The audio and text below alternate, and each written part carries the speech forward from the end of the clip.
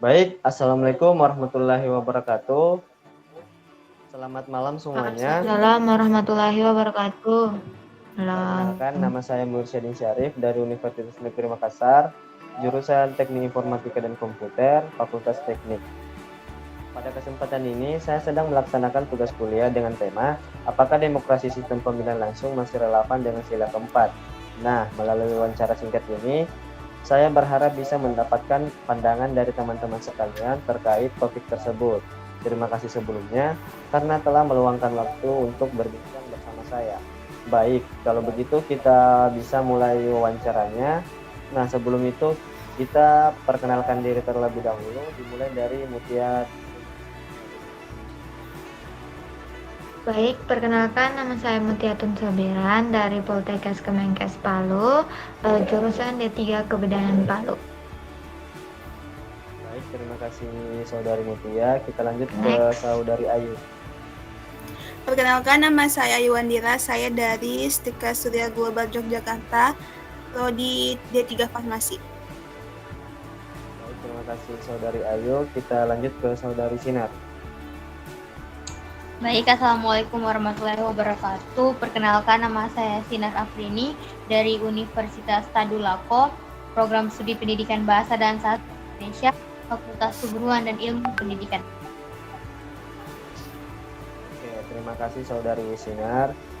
Terima kasih kepada seluruh narasumber telah memperkenalkan diri. Nah, kita lanjut ke sesi wawancaranya. Nah, saya ingin bertanya kepada Saudari Mutia. Bagaimana Anda melihat hubungan antara pemilihan langsung dan prinsip kerakyatan yang dipimpin oleh kebijaksanaan? Waktu dan tempat saya persilahkan. Baik, pertanyaan Anda tentang hubungan antara pemilihan langsung dan prinsip kerakyatan yang dipimpin oleh hikmat kebijaksanaan. Pertama saya bahas tentang hubungan antara pemilihan langsung, yaitu menunjukkan bahwa rakyat punya hak untuk memilih pemimpin secara langsung, sehingga kekuasaan benar-benar berasal dari rakyat. Jadi kayak kalau kita pilihnya itu kita langsung kayak baca coblos begitu. Terus nilai yang kedua tentang prinsip kerakyatan yang dipimpin oleh hikmat kebijaksanaan. Nilainya itu hikmat kebijaksanaan akan tercapai jika rakyat memilih secara bijak, bukan karena ikut-ikutan, politik uang atau emosi. Jadi pemilihan langsung itu bisa sesuai dengan sila keempat, asalkan masyarakat memilih dengan pertimbangan yang matang, berdasarkan visi misi dan integritas calon, bukan karena tekanan atau iming-iming tertentu. Bukan karena datang orang paslon 02 kayak paslon 02 cuma datang jermamu bakasi amput terus kau bak gitu dia gitu. Harus kita pilih dengan visi misinya juga. Baik, itu saja yang dapat saya sampaikan. Saya kembalikan kepada Muhammad Irsyadin. Baik, terima kasih kepada Saudari Mutia atas jawaban yang sangat luar biasa. Nah, kita next ke Saudari Sinar. Di sini saya ingin bertanya, apakah pemilihan langsung memberikan ruang bagi masyarakat untuk benar-benar berpartisipasi dalam demokrasi? Waktu dan tempat saya persilahkan untuk Saudari Sinar.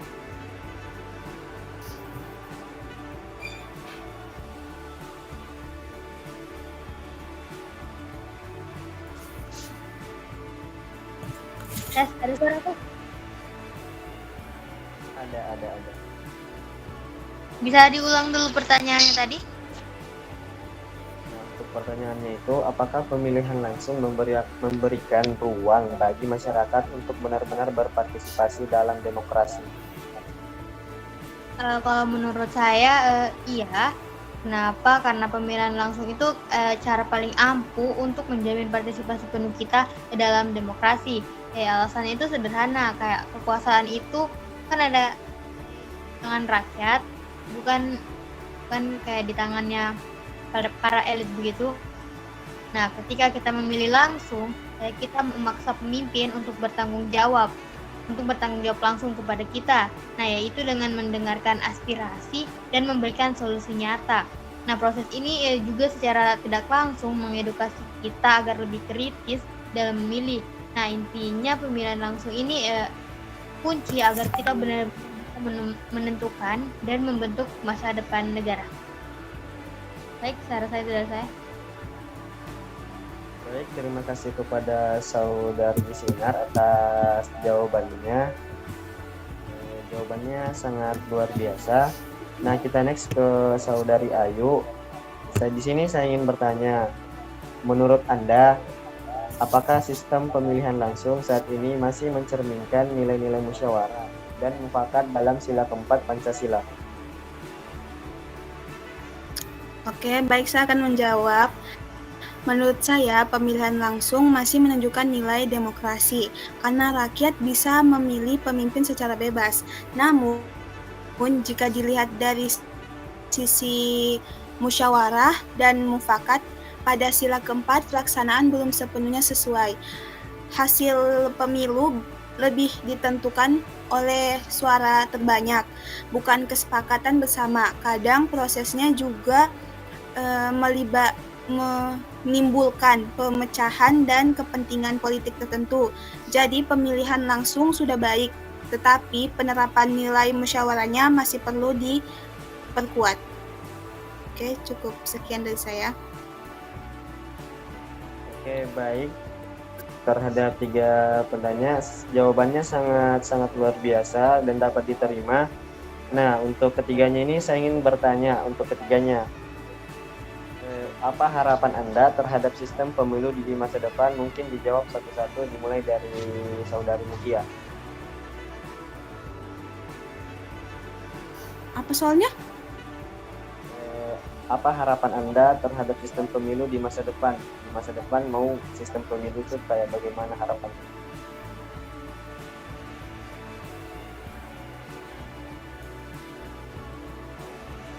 Mungkin bisa dijawab Saudari Mutia.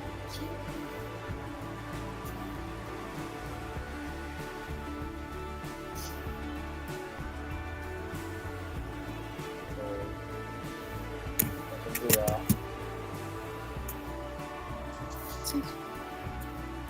Atau dari Saudari Ayu dulu. Ya. Silahkan Ayu. Harapan saya terhadap pemilu di masa depan adalah pemilu dapat berlangsung lebih jujur, adil, dan bebas dari politik uang. Saya juga berharap masyarakat semakin cerdas dalam memilih pemimpin bukan karena popularitasnya, tetapi karena kualitasnya dan kepeduliannya kepada masyarakat atau kepada rakyat. Selain itu, semoga pemilu dapat berjalan damai tanpa pemecahan sehingga benar-benar mencerminkan demokrasi Pancasila. Oke, baik. Ayu atas harapannya. Mungkin kita next ke Saudara Sinar atau Saudari Mutia. Bisa menjawab atas harapan-harapannya.